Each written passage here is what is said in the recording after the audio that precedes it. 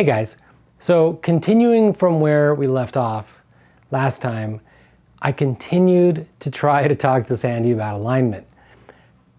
Everything I brought up prompted 3 more conversations. So, continuing on with alignment, I care about alignment mostly because while I loved Call of Cthulhu and I loved Shadowrun, I loved the White Wolf games in the 90s, but I'm old, and when I started, Dungeons and Dragons was the first game I started with, and alignment was super fun to talk about. So I asked Sandy his take on alignment and its place in the games he designs. I have not played a game with alignment since 1977.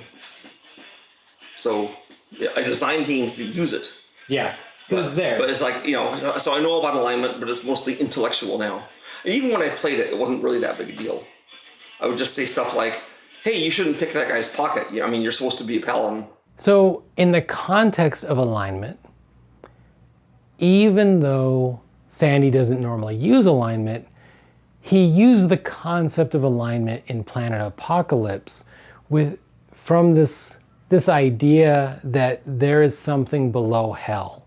Like he calls it like evil-er or under hell, right? It's like something that would prompt even the creatures that are normally evil to perhaps side with the powers of good, which also obviously the powers of good might side with the powers of evil, and the players and the game master has to kind of decide how that would take place, where they're facing destruction by beings that are beyond the pale of evil.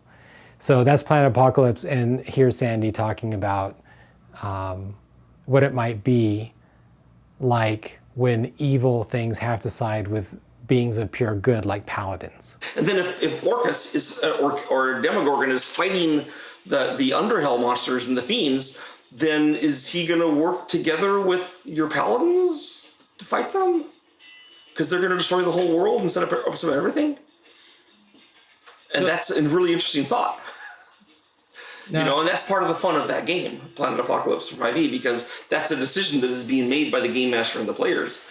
And of course, if paladins are working along with Orcus, what does their god think of it? Does he shatter their swords? Does he kind of says, well, I guess we got to? And then is Orcus going to betray them? Well, of course he is. If he can, right? Yeah. He's going to have you guys go in the front line and wear down the enemies till you're all dead. Then we'll come. Obviously, Orcus is not going to be a trustworthy guy with the paladins. He's not going to be a good ally, but he is still fighting the same force. So I think it makes for a complexity that, again, in this case, it kind of uses I try to use the alignment system to my benefit. But anyway. So those are all the thoughts I had in alignment. And that's that for this clip. We're gonna wrap it up because I think I found all the fragments of the conversation that applied to this topic. If anybody has any interest in me just like sharing the full uncut thing, let me know. A lot of times I stopped and started it because every time I thought we were done and we would focus on playing a game, then suddenly he'd be talking about something amazing and I'd be like, no, wait, let me hit record real quick. And so, if you want me to share the bigger thing, we meander and we talk about random weird things. So I'm definitely open to sharing it. I'm just trying to be respectful of everybody's time.